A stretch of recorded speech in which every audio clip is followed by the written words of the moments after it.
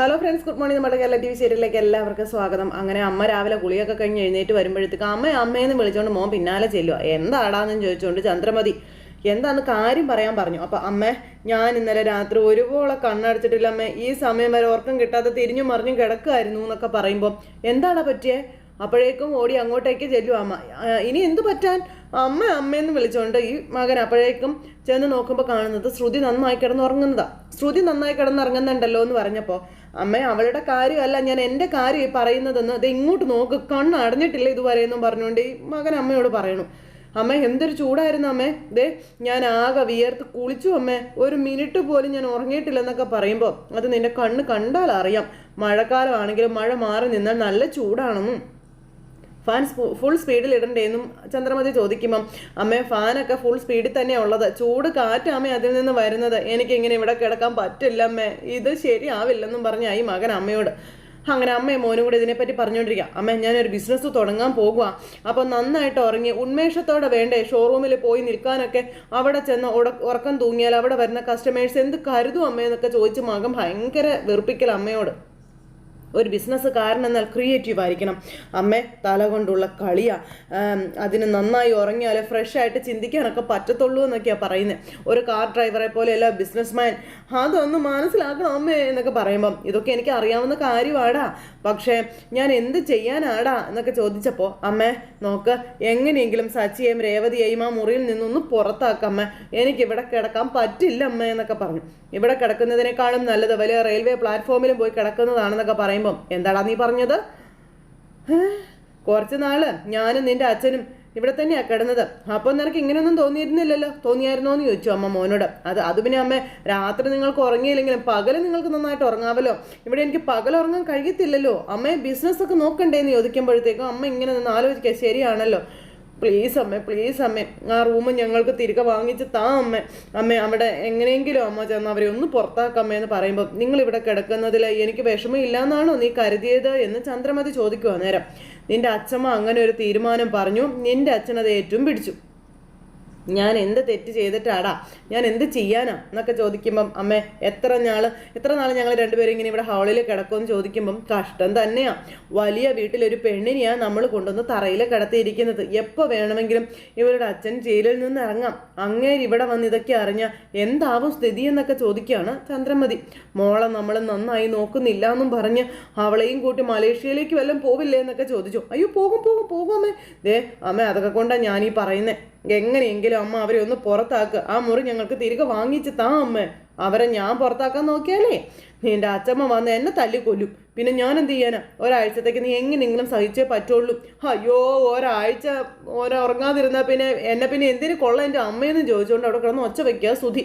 എനിക്ക് ഈ കാര്യത്തിൽ ഇപ്പോൾ ഒന്നും ചെയ്യാനായിട്ട് കഴിയില്ല, നീ ഉറക്കം തൂങ്ങിയിരിക്കാതെ എത്രയും പെട്ടെന്ന് ഷോപ്പ് തുറക്കാൻ വേണ്ടുന്ന കാര്യങ്ങളൊക്കെ ചെയ്യാൻ പറഞ്ഞു അമ്മ മോനോട്. അതും പറഞ്ഞ് അമ്മ അവിടുന്ന് പോയി. ഒരു രക്ഷയില്ലെന്ന് മനസ്സിലായി. സുധി ഇങ്ങനെ ഇരിക്കുക. അത് കഴിഞ്ഞ് പിന്നെ അവിടെ നമ്മുടെ സച്ചിയും എല്ലാവരും ഇരുന്ന് ഭക്ഷണം കഴിക്കുമ്പോഴത്തേക്കും ഭക്ഷണത്തിൻ്റെ മുന്നിലിരുന്ന് സുധി ഉറങ്ങുക കേട്ടോ. അപ്പോൾ എല്ലാവരും ഇങ്ങനെ നോക്കുവാണ്, താടയ്ക്ക് കയ്യും കൊടുത്ത് നീ സുധി. അപ്പോഴത്തേക്കും സച്ചി, അച്ഛാ, ഇവൻ എന്നു മുതൽ ഫുഡ് കഴിക്കുന്നതിന് മുന്നേ പ്രാർത്ഥിക്കാൻ തുടങ്ങിയത്, കാരണം രണ്ട് കൈയും താടയ്ക്ക് കൊടുത്ത് വായിക്കോട്ടയൊക്കെ വിട്ട് ആശ നല്ല ഉറക്കം ആഹാരത്തിൻ്റെ മുന്നിലിരുന്ന്. ആ സമയത്ത് ശ്രീകാന്തും വർഷയും എല്ലാവരും ഇങ്ങനെ നോക്കുക കേട്ടോ, രേവതിയും എല്ലാവരും ഇങ്ങനെ നോക്കുക. ആ സമയത്ത് ശ്രുതി എന്തായി കാണിക്കുന്നതെന്ന് ചോദിച്ചിട്ട് തട്ടി വിളിച്ചു. Sir TV, fridge, washing machine, mixie, grinder, എന്താ വേണ്ടത് സാർ എന്ന് ചോദിച്ചാൽ ഉറക്കപ്പിച്ചിൽ ഇങ്ങനെ നമ്മുടെ രവിയേട്ടനോട് ചോദിക്കുമ്പോൾ എന്നും പറഞ്ഞ് എല്ലാവരും ഇങ്ങനെ നോക്കുക. അപ്പോഴത്തേക്കും വർഷയ്ക്ക് ചിരി വന്നു. വർഷ പിന്നെ സ്പോട്ടിൽ വലിയ ചിരിച്ചു. അപ്പോഴാണ് ശ്രുതിക്ക് ബോധം വന്നത്. അയ്യോ അച്ഛാ എന്നും പറഞ്ഞൊരു വിളി. അപ്പോൾ സച്ചിയൊക്കെ ഇങ്ങനെ നോക്കിയിരിക്കുക ശ്രുതിയെ. ആകെ ചമ്മി വിളറി അവിടെ ഇങ്ങനെ ഇരിക്കുക കേട്ടോ. ശ്രുതിക്കും അത് ചമ്മലായി. ശ്രുതി അന്നേരം ശ്രുതിയെ നോക്കുക. എന്താ ശ്രുതിയായിട്ടായി കാണിക്കുന്നത്? ഷോപ്പ് തുറക്കുന്നതിന് മുന്നേ ഉള്ള ട്രെയിനിങ് ആണ് കാണുന്നതെന്ന് ചോദിച്ചപ്പോൾ മുതലാളിയായിട്ടേ ഷോപ്പിലിരിക്കുന്ന സ്വപ്നം കണ്ടതാ അല്ലേടാ എന്ന് സച്ചി ചോദിക്കുമ്പോൾ പോടാന്നും പറഞ്ഞു വായിക്കോട്ടെ വിട്ടിരിക്കുക. അപ്പോൾ എടാ നിനക്ക് എന്താടാ പറ്റിയേ? നീ ഇന്നലെ എന്താ തീരെ ഉറങ്ങിയില്ലേ എന്ന് ചോദിച്ചാൽ അച്ഛൻ. അപ്പം ഞാൻ എങ്ങനെ ഉറങ്ങാൻ എൻ്റെ അച്ഛ, ഈ ചൂടത്ത് ഹോളിൽ കിടന്നാൽ ഉറങ്ങാൻ പറ്റത്തില്ല എന്ന് ഞാൻ നേരത്തെ തന്നെ നിങ്ങളോട് പറഞ്ഞതല്ലേ എന്ന് ചോദിച്ചു. അല്ല, ഇത്രയും നാളും സച്ചിയും രേവതിയും ഇവിടെ തന്നെയല്ലേ കിടന്നത്, അവർ നന്നായിട്ട് ഉറങ്ങിയായിരുന്നല്ലോ എന്ന് ചോദിച്ചപ്പോൾ അവരെ പോലെയാണോ ഇവൻ? പേപ്പേഴ്സ് എല്ലാം റെഡിയായി, ഇനി ഷോപ്പ് തുറക്കേണ്ട താമസമല്ലേ ഉള്ളൂ. രാത്രി നന്നായി ഉറങ്ങിയില്ലെങ്കിലേ ഷോപ്പിൽ പോയി ജോലി ചെയ്യാനൊന്നും ഇവരെ കൊണ്ട് പറ്റത്തില്ല. അതുകൊണ്ട് ഒരാഴ്ച അവിടെ ഒരാഴ്ച ഇവിടെ എന്നുള്ള നിങ്ങളുടെ അമ്മയുടെ തീരുമാനമേ അത് മാറ്റണമെന്ന് ചന്ദ്രമതി പറയുമ്പം അമ്മ തീരുമാനം മാറ്റിയത് തന്നെ എന്ന് നമ്മുടെ അച്ഛൻ ഇങ്ങനെ പറഞ്ഞു. അത് കേട്ടപ്പോൾ നിൽക്കുക ചന്ദ്രമതി, എടാ പേപ്പറൊക്കെ റെഡിയായെന്നല്ലേ പറഞ്ഞ്, എന്നിട്ട് എന്താ നീ ഷോപ്പ് തുറക്കാത്ത? അത് പിന്നെ കട തുറക്കാൻ പറ്റിയ ഒരാളെ കിട്ടിയില്ല അച്ഛാന്ന് പറഞ്ഞു. അപ്പോൾ ഇവരിങ്ങനെ അങ്ങോട്ടും ഇങ്ങോട്ടും നോക്കുക. നിനക്കെന്താ തുറക്കാൻ പറ്റുന്നില്ലടാ എന്ന് സച്ചി ചോദിച്ചേ. ഓ കടയുടെ ഷട്ടർ ജാമായിട്ട് വല്ലതും കിടക്കാണോടാ എന്നൊക്കെ സച്ചി ചോദിക്കുമ്പം അയ്യോ അതല്ല, ഉദ്ഘാടനം ചെയ്യുന്ന കാര്യം ഏതെങ്കിലും സിനിമാ താരത്തെ കൊണ്ടൊന്ന് ഉദ്ഘാടനം ചെയ്യിക്കണമെന്നാണ് ഞങ്ങളുടെ ആഗ്രഹം. ഫേമസ് ആയിട്ടുള്ള ആള് എന്താ ഉദ്ദേശിക്കണമെന്നൊക്കെ ഇങ്ങനെ ചോദിച്ചു. ഒരു സിനിമ നടിയായാൽ അത്രയും നല്ലത് എന്നൊക്കെ പറഞ്ഞുകൊണ്ടെങ്കിൽ നിൽക്കുക. അപ്പോഴത്തേക്കും ചന്ദ്രമതിയും അച്ഛനൊക്കെ ഇങ്ങനെ അന്തം വിട്ട് നോക്കി ഇങ്ങനെ നിൽക്കുകയാണ്. സിനിമാ നടിയൊക്കെ അങ്ങനെ ചുമ്മാ ഒന്ന് കട തുറക്കുമെന്ന് ചോദിച്ചു രേവതി. അവർക്കൊക്കെ കാശ് കൊടുക്കണം, വെറുതെ ഒന്നും വരില്ല എന്ന് വർഷ പറയുക. അത് കേട്ടപ്പോൾ അച്ഛാ, വർഷയല്ലേ രേവതിയുടെ പൂക്കട ഉദ്ഘാടനം ചെയ്തത്, അതിന് പ്രതിഫലമായിട്ട് അന്ന് വർഷയ്ക്ക് ഞങ്ങൾ 2500 രൂപ കൊടുത്തു. അതുപോലെ ഇവൻ്റെ ഷോപ്പ് ഉദ്ഘാടനം ചെയ്യാൻ വരുന്നവർക്ക് ഏതായാലും കാശ് കൊടുക്കണം. ഈ സിനിമാ നടനും നടിയൊക്കെ വരുമ്പോഴേ 2500 രൂപ കൊടുത്താൽ മതിയോ എന്ന് അച്ഛൻ ചോദിച്ച നേരം വലിയൊരു തുക തന്നെ കൊടുക്കേണ്ടി വരില്ലേ, അപ്പോൾ അത് വേണ്ടി വരുമെന്ന് വർഷ പറയും. അപ്പോൾ ഇതിനെപ്പറ്റിയായി പിന്നെ ചർച്ച. ചന്ദ്രമതിയുടെ മുഖപ്പത്തേക്കും വലിഞ്ഞു കയറി. അത്ര വലിയ റേഞ്ചുള്ള ആർട്ടിസ്റ്റിനെ ഒന്നും നോക്കുന്നില്ല എന്ന് പറഞ്ഞു ശ്രുതി. അപ്പോൾ ഒരു 2 ലക്ഷം രൂപയാണ് എൻ്റെ മനസ്സിലുള്ളത് എന്ന് ശ്രുതി പറയുമ്പോഴേക്കും എന്നും പറഞ്ഞുകൊണ്ട് ഇവരിങ്ങനെ നോക്കും എല്ലാവരും. 2 ലക്ഷം രൂപയ്ക്ക് വരുന്ന പോപ്പുലറായിട്ടുള്ള ഏതെങ്കിലും ഒരു സിനിമ നടിയെ കൊണ്ട് നമുക്ക് നമ്മുടെ കട ഉദ്ഘാടനം ചെയ്യിപ്പിക്കാം, എന്താ അതല്ലേ നല്ലതെന്ന് ശ്രുതി ചോദിക്കുമ്പം എന്നും പറഞ്ഞ് ശ്രീകാന്തൊക്കെ ഇരുന്ന് ഇങ്ങനെ തലയാട്ട് തുടങ്ങി. 2 ലക്ഷം രൂപയെ 2 lakhs ബിസിനസ് ചെയ്യാനാണ് ശ്രുതിയുടെ അച്ഛൻ നിനക്ക് കാശ് അയച്ചു തന്നിരിക്കുന്നത്, അല്ലാണ്ട് ദൂർത്തടിക്കാനല്ല എന്ന് അച്ഛൻ പറയുമ്പം ഇവരെന്താ ഇങ്ങനെ ഒരു റിബൺ കട്ട് ചെയ്യുന്ന ആൾക്ക് 2 ലക്ഷം രൂപ, അതെന്തിനാണ് 2 ലക്ഷം രൂപ കൊടുക്കുന്നത് അച്ഛാ? അത് പിന്നെ അവർ വന്ന് കട ഓപ്പൺ ചെയ്ത് കടയ്ക്ക് വലിയ പ്രൊമോഷനൊക്കെ കിട്ടും അച്ഛാ, സൂപ്പർ ആയിരിക്കും അച്ഛാ എന്നൊക്കെ മകൻ. ഫേമസ് ആയിട്ടുള്ള ആൾ വന്ന് കട തുറന്ന അന്നത്തെ ദിവസം ഒരു ഓളമൊക്കെ ഉണ്ടാകുമെന്ന് രേവതി പറഞ്ഞു. അടുത്ത ദിവസം മുതൽ ഫേമസ് ആയ ആളാണ് ഉദ്ഘാടനം ചെയ്തതെന്നും പറഞ്ഞുകൊണ്ടേ കൂടുതൽ ആൾക്കാരൊന്നും വരണമെന്നില്ല എന്ന് നമ്മുടെ രേവതി അന്നേരം പറയാം. നിങ്ങൾ തുടങ്ങുന്നത് പോലെയുള്ള ഷോപ്പ് തുടങ്ങി വിജയിച്ച ആൾക്കാരൊക്കെ ഉണ്ടാകും, അങ്ങനെയുള്ളവരെ കൊണ്ട് ഉദ്ഘാടനം ചെയ്യിപ്പിക്കുന്നതല്ലേ നല്ലതെന്ന് രേവതി അന്നേരം ചോദിച്ചു. അപ്പോൾ ജനങ്ങളിൽ ഒരു വിശ്വാസ്യതയൊക്കെ ഉണ്ടാകില്ലേ എന്നൊക്കെ രേവതി ഇങ്ങനെ ചോദിക്കാം. അത് കേട്ടപ്പോൾ രേവതി നീ തുടങ്ങിയതുപോലെയുള്ള ഒരു ചെറിയ പൂക്കടയല്ല ഞങ്ങൾ തുടങ്ങുന്നത് കേട്ടോ ഒന്ന് ശ്രുതി രേവതിയെ കളിയാക്കി പറയാം. അത് കേട്ടപ്പോൾ എന്ന് പറഞ്ഞ ശ്രുതി ഒരു ചിരി. ഞങ്ങൾ തുടങ്ങുന്നത് വലിയൊരു ബിസിനസ്സാണ്, അതുമാത്രമല്ല ഇതുപോലെയുള്ള ഷോപ്പുള്ളവരെ പാര വയ്ക്കാനേ നോക്കുള്ളൂ, ഉദ്ഘാടനം ചെയ്യാനൊന്നും വരില്ല എന്ന് ശ്രുതി സച്ചിയോടും രേവതിയോടും ആക്കി പറയുമ്പം ശ്രുതി ചുമ്മാ 2 ലക്ഷം രൂപ ഒരാൾക്ക് കൊണ്ടേ കൊടുക്കണം, ആ കാശ് നിങ്ങൾ ബിസിനസ്സിൽ ഇറക്കുക, വലിയൊരു ആർട്ടിസ്റ്റ് വന്ന് കട തുറന്നു എന്ന് വെച്ചിട്ട് കച്ചവടമൊന്നും ഉണ്ടാകണമെന്നില്ല എന്ന് പറഞ്ഞു. അയ്യോ അല്ല, മാന്യമായ വിലയിൽ നല്ല സാധനങ്ങൾ കൊടുത്താലേ ആളുകളുടെ വിശ്വാസം നേടിയെടുക്കാൻ കഴിയും, പിന്നെ നല്ല കച്ചവടം ഉണ്ടാകും, അങ്ങനെയുള്ള കടയിൽ ആൾക്കാർ കയറി വരികയും ചെയ്യും എന്നും പറഞ്ഞ് ശ്രുതി ഒരു തലയാട്ട. അപ്പം അച്ഛൻ പറഞ്ഞത് ശരിയാണെന്നും ചില കടകൾക്ക് വലിയ പ്രൊമോഷനും കാര്യങ്ങളൊന്നും ഉണ്ടാവില്ല, പക്ഷെ നല്ല കച്ചവടം ഉണ്ടാകും, സാധനങ്ങളുടെ ക്വാളിറ്റിയാണ് അതിൻ്റെ പ്രധാന കാരണമെന്ന് ശ്രീകാന്ത് പറയാം. അപ്പോൾ ഇവൻ അതൊന്നും പറഞ്ഞാലേ മനസ്സിലാവത്തില്ലടാ എന്ന് സച്ചി ശ്രീകാന്തിനോട് പറഞ്ഞു. അച്ഛാ ബിസിനസ്സിൽ ഇതൊക്കെ ഒരു സ്ട്രാറ്റജി ആന്നേ, ഏതെങ്കിലും ഒരു സെലിബ്രിറ്റി കൊണ്ടുവന്ന് കട ഉദ്ഘാടനം ചെയ്യിപ്പിച്ചാൽ ഇങ്ങനെ ഒരു കട തുറന്നിട്ടുണ്ടെന്ന് ഈസി ആയിട്ട് എല്ലാവരിലും എത്തത്തില്ലേ, അപ്പോൾ വേറെ പരസ്യത്തിൻ്റെ ഒന്നും ആവശ്യം വരുന്നില്ല അച്ഛാ, ഞാൻ നിന്നോട് പറഞ്ഞില്ലേ നീ നല്ല സാധനങ്ങൾ വിറ്റാൽ മതിയെന്ന്, വാങ്ങുന്ന ആളുകൾ നിൻ്റെ കടയെ പറ്റി നല്ലത് പറയും, മറ്റുള്ളവരോടും അത് പറയും, അപ്പോൾ അവരും വരും, നല്ല സാധനങ്ങളും മേടിക്കും. കച്ചവടം എന്ന് പറഞ്ഞാൽ അങ്ങനെയാ അച്ഛാ, എന്തു വന്നാലും നമുക്ക് നല്ലൊരു സെലിബ്രിറ്റിയെ വെച്ച് നമ്മുടെ ഷോപ്പിൻ്റെ ഉദ്ഘാടനം നടത്തണം, അത് ഞാൻ തീരുമാനിച്ച കാര്യമാണെന്ന് പറഞ്ഞ് ശ്രുതി. ചന്ദ്രമതിയുടെ മുഖം എപ്പോഴും ഇങ്ങനെ ഇരിക്കുക കേട്ടോ. നീ ഉദ്ഘാടനമൊക്കെ നടത്തിക്കോ, അതിന് സിനിമാ നടനോ നടിയോ തന്നെ വേണമെന്ന് എന്താ നിർബന്ധം, ഇവിടെയും ആൾക്കാരുണ്ടല്ലോ എന്ന് നമ്മുടെ സച്ചി. അതും ചന്ദ്രമതിക്ക് ട്രെയിനിങ് ഇട്ട് കൊടുത്തതാ. എവിടെ നമ്മുടെ വീട്ടിലോ? അതെ അതെ അതെ, നിന്റെ ഷോപ്പ് ഉദ്ഘാടനം ചെയ്യാൻ പറ്റിയ എത്ര പേര് നമ്മുടെ വീട്ടിലുണ്ടെന്ന് സച്ചി ചോദിച്ചു. അച്ഛമ്മയെ കൊണ്ട് ഉദ്ഘാടനം ചെയ്യിപ്പിക്കാം, അതല്ലെങ്കിൽ അമ്മയെ കൊണ്ട് ചെയ്യിക്കാമല്ലോ എന്ന് പറഞ്ഞു. അപ്പോഴത്തേക്കും ചന്ദ്രമതിയുടെ മുഖം തെളിഞ്ഞു അടിസക്കെ ചിരിച്ചുകൊണ്ട് ഇങ്ങനെ നിൽക്കുക.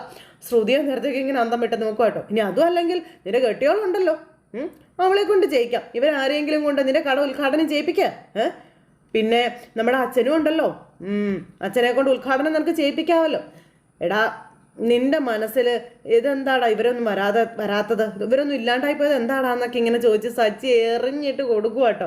അപ്പോൾ എടാ സച്ചി നീ അത് വിട്ടുകളാം, അവൻ അങ്ങനെ ഒന്നും തോന്നിയില്ലല്ലോ, നീ നിർബന്ധിക്കൊന്നും വേണ്ട, നീയായിട്ട് ഇനി ഒന്നും പറയുകയും വേണ്ട എന്ന് അച്ഛൻ സച്ചിയോട് പറഞ്ഞു. ശ്രുതി ഇരുന്ന് ആലോചിക്കാം. അപ്പം എടാ നിന്റെ കച്ചവടം പച്ച പിടിക്കണം, നീ നല്ല നിലയിൽ എത്തണം എന്ന് ആഗ്രഹിക്കുന്നവർ വേണം ആ കട ഉദ്ഘാടനം ചെയ്യാൻ. അവർ നിനക്ക് വേണ്ടി മനസ്സിൽ പ്രാർത്ഥിച്ചുകൊണ്ട് ആ കട തുറക്കും. നിനക്ക് ഉയർച്ച ഉണ്ടാകും, അത് ഉറപ്പാണെന്ന് സച്ചി അന്നേരം പറയാം. അത് കേട്ടപ്പോൾ അത് ശരിയാണെന്നുള്ള രീതിയിൽ ചന്ദ്ര ചിരിച്ചുകൊണ്ട് നിൽക്കുക. ഉദ്ഘാടനം ചെയ്യുമ്പോൾ ഇവൻ പറഞ്ഞ കാശ് തരുമോ ഇല്ലയോ എന്നുള്ളതായിരിക്കും സെലിബ്രിറ്റിയുടെ ഉള്ളിൽ. ചുമ്മാ റിബൺ കട്ട് ചെയ്തിട്ടേ അവരങ്ങ് പോകുമെന്ന കാര്യവും സച്ചി പറയണം. അപ്പോൾ സച്ചേട്ടൻ പറഞ്ഞത് ശരിയാ, വെറുതെ എന്തിനാ സുധിയേട്ടാ കാശ് കളയുന്നതെന്ന് ശ്രീകാന്ത് ചോദിച്ചു. എന്ന് പറഞ്ഞുകൊണ്ട് ഇങ്ങനെ ഇരിക്കുക സുധി. അപ്പോൾ എനിക്ക് പരിചയത്തിലുള്ള കുറേ സെലിബ്രിറ്റികളുണ്ട്, അവരെ ആരെങ്കിലും വിളിച്ചാലും കുറേ കാശൊക്കെ കൊടുക്കേണ്ടി വരുമെന്ന് വർഷയും പറഞ്ഞു. ശ്രുതി ചേച്ചി വീട്ടിലുള്ള ആരെങ്കിലും കൊണ്ടുവന്ന് ഉദ്ഘാടനം ചെയ്യിക്കുന്നതാകട്ടോ നല്ലത് എന്ന് വർഷയും പറഞ്ഞു. അങ്ങനെ രണ്ടിൻ്റെയും പ്ലാൻ പൊളിച്ചടിക്കുക കൈ കൊടുത്ത സച്ചിയും വർഷയും കൂടി. അപ്പം നിങ്ങൾക്കാർക്കും ബിസിനസ് സ്ട്രാറ്റജി അറിയില്ല, ഒരു സെലിബ്രിറ്റി വന്ന് നമ്മുടെ കട ഉദ്ഘാടനം ചെയ്താൽ ആ കടയ്ക്ക് അത്തരത്തിലുള്ള റീച്ച് ഉണ്ടാകും, അപ്പം അതിലൂടെ ഞാനും പോപ്പുലർ ആകും എന്നൊക്കെ പറഞ്ഞ് രണ്ടും കൂടെ വലിയ ആൾ കളിക്കാം. അപ്പം നിനക്ക് പോപ്പുലർ ആവണം അല്ലേ, അതാണ് നീ ഉദ്ദേശിക്കുന്നത്.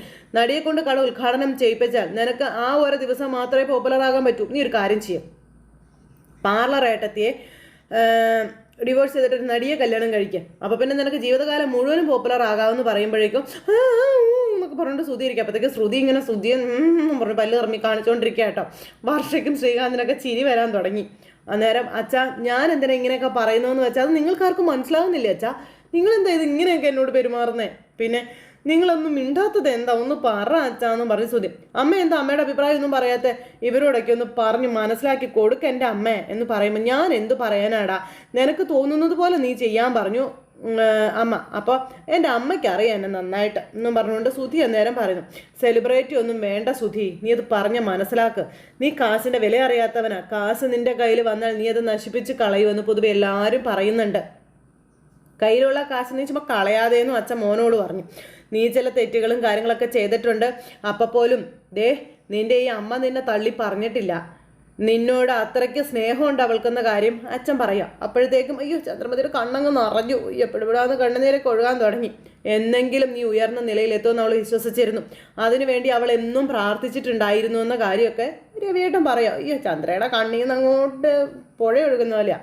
ആ സമയത്ത് നീ നല്ല നിലയിൽ എത്തിക്കാണാൻ എന്നും പ്രാർത്ഥിക്കുന്ന നിന്റെ അമ്മയെ കൊണ്ട് തന്നെ നീ ഈ ഷോപ്പ് ഉദ്ഘാടനം ചെയ്യിക്കാനും രവിയേട്ടൻ പറയുക കേട്ടോ. അത് കേട്ടപ്പോഴത്തേക്കും അയ്യോ അമ്മ ദയനീയമായിട്ട് മോനെ നോക്കുന്നു.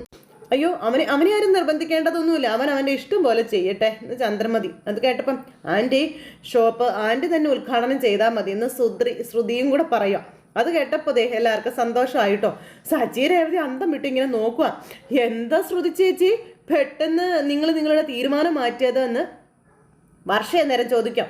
ഞാൻ ശരിക്കും ഞെട്ടിപ്പോയി കേട്ടോ. പാർലറായിട്ടേ അയ്യോ നീ തന്നെയാണോ അത് പറഞ്ഞത്?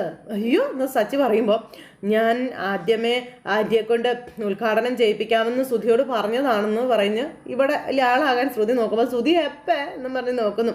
ബിസിനസ് ഡെവലപ്പ് ചെയ്യണമെങ്കിൽ സെലിബ്രിറ്റികൾ ഉദ്ഘാടനം ചെയ്യണമെന്ന് ഐഡിയ പറഞ്ഞത് ശ്രുതിയാണെന്ന കാര്യം ശ്രുതി പറയുമ്പം അല്ലമ്മ അത് പിന്നെ ശ്രുതി നമ്മൾ സംസാരിച്ചതൊക്കെ അവിടെ നിൽക്കട്ടെ, ആൻറ്റി ഉദ്ഘാടനം ചെയ്യട്ടെ, ആൻറ്റിയുടെ അനുഗ്രഹം ഉണ്ടായാൽ മാത്രം മതി, ബിസിനസ് നല്ല രീതിയിൽ നടക്കുക തന്നെ ചെയ്യുമെന്ന് ശ്രുതി അന്നേരം പറയാം. അയ്യോ ചന്ദ്രയുടെ സന്തോഷം ഒന്ന് കണ്ട കാഴ്ച തന്നെയാട്ടോ. ആ സമയത്ത് രേവതിയും സച്ചിയും ശ്രീകാന്തും വർഷമൊക്കെ ഹാപ്പി ആയിട്ടിരിക്കാം. ദാ കണ്ടോ ഇപ്പം നിൻ്റെ അമ്മയുടെ മുഖത്തുള്ള ആ പ്രകാശം നീ കണ്ടോടാന്ന് ശ്രുതിയോട് രവിയേട്ടൻ ചോദിക്കുമ്പോൾ മോൻ നോക്കുക, അമ്മ ഇങ്ങനെ ഞെളിഞ്ഞു നിന്ന് ചിരിക്കുക. അപ്പോൾ നിൻ്റെ അമ്മ തന്നെ നിൻ്റെ കട ഉദ്ഘാടനം ചെയ്യട്ടെ എന്ന് പറഞ്ഞു. അപ്പോൾ ഇഷ്ടമില്ലാതെ ഇങ്ങനെ ശ്രുതി ഇരിക്കുക.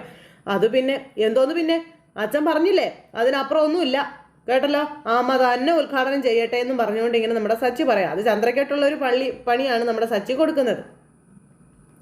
പിന്നെ അച്ഛമ്മയും നാളെ വരും, പറ്റുമെങ്കിൽ നാളെ തന്നെ ഉദ്ഘാടനം നടത്തണമെന്നും സച്ചി പറയണു. അപ്പോൾ അതൊക്കെ കേട്ടപ്പോൾ നാളെയോ അച്ഛമ്മയുടെ സാന്നിധ്യത്തിൽ അമ്മ റിബൺ മുറിച്ച് ഉദ്ഘാടനം ചെയ്യണം അല്ലേ അച്ഛാ എന്ന് സച്ചി എന്നും പറഞ്ഞ് ഇങ്ങനെ രവിയേട്ടനെ സമ്മതിച്ചു. ചന്ദ്രമതിയുടെ മനസ്സിൽ സ്നേഹം ഇങ്ങനെ തുളുമ്പി നിൽക്കുവാണ് ശ്രുതിയോട്. അല്ല ശ്രുതി നമുക്ക് അങ്ങനെ തന്നെ ചെയ്യാല്ലേടാന്ന് അച്ഛൻ ശ്രുതിയോട് ചോദിക്കുമ്പം ശ്രുതി ഇങ്ങനെ ശ്രുതിയെ നോക്കുക കേട്ടോ. ഒട്ടും ഇഷ്ടമല്ലാത്ത രീതിയിലായിരിക്കുന്നത്. സച്ചി ഇവനിങ്ങനെ മൈന്യൂട്ടായിട്ട് ശ്രദ്ധിക്കുന്നുണ്ട്, ഇവൻ എന്താ പറയണേന്നറിയാനായിട്ട്. അപ്പോൾ ശ്രുതി ശരി അച്ഛാ അങ്ങനെ ചെയ്യാം, അമ്മയെ കൊണ്ട് തന്നെ ഉദ്ഘാടനം ചെയ്യിക്കാം എന്നും പറഞ്ഞുകൊണ്ട് സുധി ഇങ്ങനെ ഇരിക്കുന്നു. അയ്യോ, ചന്ദ്രമതിക്ക് അപ്പത്തേക്ക് ഇരട്ടി സന്തോഷം. അങ്ങനെ തീരുമാനങ്ങളെല്ലാം കഴിഞ്ഞു. ഇതേ കട ഉദ്ഘാടനം വന്ന് സൂട്ടും കോട്ടും ഒക്കെ ഇട്ട് നമ്മുടെ സുധി നിൽക്കുന്നു. ചന്ദ്രമതി ഒരുങ്ങി വന്നിങ്ങനെ നിൽക്കുന്നു. കൂടെയുള്ള എല്ലാവരും, അതായത് ബന്ധുക്കൾ മുഴുവനും കൂടിയിട്ടുണ്ട്. ആ സമയത്ത് സമയമായി, റിബൺ മുറിച്ച് ഉദ്ഘാടനം ചെയ്യാൻ പറഞ്ഞു രവിയേട്ടൻ. അപ്പം അമ്മയെ ചെയ്യാൻ പറഞ്ഞു. അങ്ങനെ നമ്മുടെ ചന്ദ്രമതിയെ കൊണ്ട് ഇങ്ങനെ ഉദ്ഘാടനം ചെയ്യിപ്പിക്കാൻ നോക്കുക.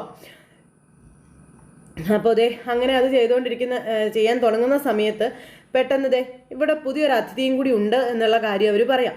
അപ്പോൾ അതാരാ നമ്മളാരും അറിയാത്തൊരു പുതിയ അതിഥി എന്ന് രവിയേട്ടൻ ചോദിച്ചു കേട്ടോ. അപ്പോഴും എല്ലാവരും ഇങ്ങനെ അങ്ങോട്ടും ഇങ്ങോട്ടും നോക്കുക. ആ സമയത്ത് മഹിമയെ എന്ന് പറഞ്ഞൊരു വിളി, മഹിമയെ ചന്ദ്രമതി വിളിക്കുക. അത് വേറെ ആർക്കും മനസ്സിലായില്ല, എന്തായാലും കാശുകാരിയാണല്ലോ. അപ്പോൾ മഹിമയെ വിളിച്ച് ചന്ദ്രമതിയുടെ കൂടെ ഉദ്ഘാടനം ചെയ്യിപ്പിക്കാൻ കൂടുവാണ് നമ്മുടെ ആശാത്തി. അപ്പോൾ എന്തായാലും അമ്മയ്ക്ക് ഒരുപാട് സന്തോഷമായല്ലേ അമ്മേ, കണ്ടോ ആൻറ്റിയെ അമ്മ ഇതിനു വേണ്ടിയാണ് വിളിച്ചത് എന്നൊക്കെ പറഞ്ഞുകൊണ്ടിരിക്കുന്നൊക്കെ. അപ്പോൾ സച്ചിയും രേവതിയൊക്കെ ഇങ്ങനെ നോക്കി നിൽക്കുന്നു. അച്ചമ്മയ്ക്കും രവിയേട്ടനും അതത്ര ഇഷ്ടപ്പെട്ടില്ല കേട്ടോ. അപ്പോൾ പിന്നെ സമയം കളയണ്ട, നമുക്കങ്ങ് ഉദ്ഘാടിച്ചാലോ എന്ന് രവിയേട്ടൻ ചോദിച്ചു. അങ്ങനെ അവരെല്ലാവരും കൂടെ നിന്ന് നമ്മുടെ ചന്ദ്രമതി ഉദ്ഘാടിച്ചു. എല്ലാവരും വലതുകാല് വെച്ച് അകത്തേക്ക് കയറി, എല്ലാവരും കയറി വന്നിങ്ങനെ നോക്കുന്നു. അപ്പോൾ ആ ഒരു സമയത്ത് എല്ലാവരും ഇങ്ങനെ എല്ലാം കണ്ടുകൊണ്ട് നിൽക്കുന്നു. അപ്പോൾ രേവതി ഇങ്ങനെ ഇവിടെ വന്ന് നിൽക്കുക അച്ഛൻ്റെ അടുത്ത്. ആ സമയത്ത് ഒരു കാര്യം ഞാൻ പറഞ്ഞേക്കാം, മോൾക്ക് ഇതിൽ ഏതെങ്കിലും ഇഷ്ടപ്പെട്ടിട്ടുണ്ടെങ്കിൽ വാങ്ങിക്കാമെന്ന് രവിയേട്ടൻ പറഞ്ഞു. നിങ്ങൾ എന്ത് വർത്താനം ഈ പറയുന്നത്? ഇവിടെയുള്ള ഏതെങ്കിലും ഒരു സാധനം വാങ്ങിക്കാനുള്ള കഴിവ് വല്ലതും ഉണ്ടോ ഇവൾക്ക് എന്ന് ചോദിക്കുക കേട്ടോ. ഈ ചന്ദ്ര രേവതിയെ കളിയാക്കി. ചന്ദ്രേ എന്നും പറഞ്ഞുകൊണ്ട് രവിയേട്ടൻ അന്നേരം വിളിച്ചു. ഇവളുടെ വീട്ടിലുള്ള സാധനങ്ങളൊക്കെ ഏതെങ്കിലും റോഡ് സൈഡിൽ നിന്ന് വാങ്ങിച്ചതായിരിക്കും, ഇതുപോലുള്ള ഷോറൂം ഒന്നും ഇവളുടെ അമ്മ കണ്ടിട്ട് പോലും ഉണ്ടാവില്ല എന്നൊക്കെ പറഞ്ഞ് ചന്ദ്രമതി കളിയാക്കുക. നിങ്ങൾ എന്തിനാ വെറുതെ ഇതിനൊക്കെ പണിക്ക് നിൽക്കേണ്ടത്? വല്ല ആവശ്യമുണ്ടോ? ഇവിടുന്ന് സാധനങ്ങൾ വാങ്ങിക്കാൻ കഴിവുള്ളവരെ വേണം ഉദ്ഘാടനത്തിന് ക്ഷണിക്കാൻ. അതുകൊണ്ടല്ലേ ഞാൻ മഹിമയെ ക്ഷണിച്ചതെന്നും കണ്ടോളൂ, അവൾ ഇവിടെ നിന്ന് ലക്ഷങ്ങളുടെ സാധനമായിരിക്കും വാങ്ങിക്കുന്നതെന്ന് ചന്ദ്രമതി അവിടെ നിന്ന് ഇങ്ങനെ പറയാം. രേവതി അതിനൊന്നും മിണ്ടുന്നില്ല. മഹിമയെ പോലുള്ളവർ വന്നതുകൊണ്ടേ നമുക്ക് ഗുണമുള്ളൂ. ഒരു സ്പൂൺ പോലും വാങ്ങിക്കാൻ ഗതിയില്ലാത്ത ഇവളുടെ അമ്മ വന്നതുകൊണ്ട് നമുക്ക് എന്താ ഗുണം ഉണ്ടാവുന്നതെന്നൊക്കെ ചോദിക്കാം. അങ്ങനെ ഇതൊക്കെ പറഞ്ഞുകൊണ്ടിരിക്കുമ്പം ചന്ദ്രയെ അഹങ്കാരം നേരെ തലയോട്ടിയിൽ കയറിയിരിക്കുക. ഇവിടെ ഇപ്പോൾ ഒരു നല്ല കാര്യം നടക്കുന്നത് കൊണ്ട് ഞാൻ കൂടുതലൊന്നും പറയുന്നില്ല എന്ന് ചന്ദ്രമതിയോട് രവിയേട്ടൻ പറഞ്ഞു. നീ പറഞ്ഞു നിന്റെ മരുമകളുടെ അമ്മയെ പറ്റി, അത് നീ ഓർക്കണം. ആരെങ്കിലും കേട്ടാൽ എന്താടി കരുതുക? എന്നും പറഞ്ഞുകൊണ്ട് നിൽക്കപ്പോൾ ഭാമയ്ക്ക് ഇത് കേട്ടപ്പോൾ ഭയങ്കര ദേഷ്യവും സങ്കടവും ഒക്കെ വന്നു കേട്ടോ. ഇതുപോലെ മനുഷ്യനെ അടിച്ച് താഴ്ത്തി സംസാരിക്കുന്നത് കേട്ടപ്പം മനുഷ്യനായ കുറച്ചെങ്കിലും വകതിരിവ് വേണം ചന്ദ്രേ. നിന്റെ അടുക്കളയിലെ സ്വഭാവം നീ ഇവിടെ കാണിക്കാൻ നിൽക്കരുതെന്നും രവിയേട്ടൻ പറഞ്ഞു. ഉദ്ഘാടക ചെല്ല് എന്നും പറഞ്ഞ രവിയേട്ടൻ എന്നിട്ട് ചന്ദ്രമതി അവിടെ നിന്ന് പറഞ്ഞിടും. അപ്പോഴും രേവതിയെ തുറച്ച് നോക്കിയിട്ട് അങ്ങ് പോയിട്ടു. അത് കഴിഞ്ഞപ്പോൾ അച്ഛൻ മോളോട് പറയാം, മോളെ അവള് പറഞ്ഞൊന്ന് മനസ്സിലെടുക്കണ്ട കേട്ടോ എന്ന്. ഇല്ലച്ചാ, അമ്മ ഇവിടെ വന്ന് അപമാനിക്കപ്പെടുമെന്ന് എനിക്ക് അറിയാവുന്നത് കൊണ്ടാണ് ഞാൻ അമ്മയോട് ഇങ്ങോട്ട് വരണ്ടെന്ന് പറഞ്ഞതെന്ന് രേവതി അന്നേരം പറഞ്ഞു. അത് കേട്ടപ്പോൾ ഒരു കണക്കിന് ലക്ഷ്മി വരാത്തത് എന്തായാലും നന്നായെന്ന് രവിയേട്ടനും രേവതിയോട് പറഞ്ഞിട്ട് അങ്ങ് പോയിട്ടോ. രേവതി അന്നേരം സങ്കടപ്പെട്ട് അവിടെ നിൽക്കും. അപ്പോഴാണ് സച്ചി അങ്ങോട്ടേക്ക് വരുന്നത്. സച്ചിയുടെ കണ്ണൊക്കെ സച്ചി വന്ന് നോക്കുമ്പോൾ രേവതി കരഞ്ഞുകൊണ്ട് ഇങ്ങനെ നിൽക്കും. അപ്പോൾ സച്ചിയെ കണ്ടപ്പോഴത്തേക്ക് രേവതി കണ്ണൊക്കെ തുടച്ചിട്ട് ഇങ്ങനെ നിൽക്കുന്നു. രേവതി അവിടെ ചടങ്ങ് തുടങ്ങാറായി, നമുക്ക് അങ്ങോട്ട് ചെല്ലണ്ടേ, അത് കഴിഞ്ഞ് നമുക്ക് എന്തെങ്കിലും വാങ്ങിക്കാം, വാ എന്ന് പറഞ്ഞ് സച്ചി ഇങ്ങനെ വിളിക്കുമ്പോഴത്തേക്കും രേവതിയുടെ കണ്ണ് നിറഞ്ഞിരിക്കുന്നത് സച്ചി കണ്ടു. എന്താ നിന്റെ കണ്ണെന്താ വല്ലാതിരിക്കണേ, നീ എന്താ കരഞ്ഞോന്ന് ചോദിച്ചു. ഒന്നുമില്ല സച്ചേട്ടാ എന്ന് പറഞ്ഞു. നീ വാ എന്നും പറഞ്ഞുകൊണ്ട് രേവതിയെ വിളിച്ചുകൊണ്ട് പോവുക. കാര്യം സച്ചിക്ക് മനസ്സിലായി തള്ള എന്തോ ചൊറിഞ്ഞിട്ടുണ്ടെന്നുള്ളത്. അത് കഴിഞ്ഞ് പിന്നെ അവിടെ നിലവിളക്ക് കൊളുത്തുന്നു, ഓരോ കാര്യങ്ങളൊക്കെ ചെയ്യുന്നതൊക്കെ കാണിച്ചുകൊണ്ട് ഇന്നത്തെ നമ്മുടെ എപ്പിസോഡ് അവസാനിച്ചു. അപ്പോൾ എല്ലാവരും കാത്തിരുന്ന് കാണണേ. എല്ലാവർക്കും നല്ലൊരു ദിവസം ആശംസിക്കട്ടെ. വീണ്ടും കാണുന്നത് വരെ എല്ലാവർക്കും ടാറ്റാ.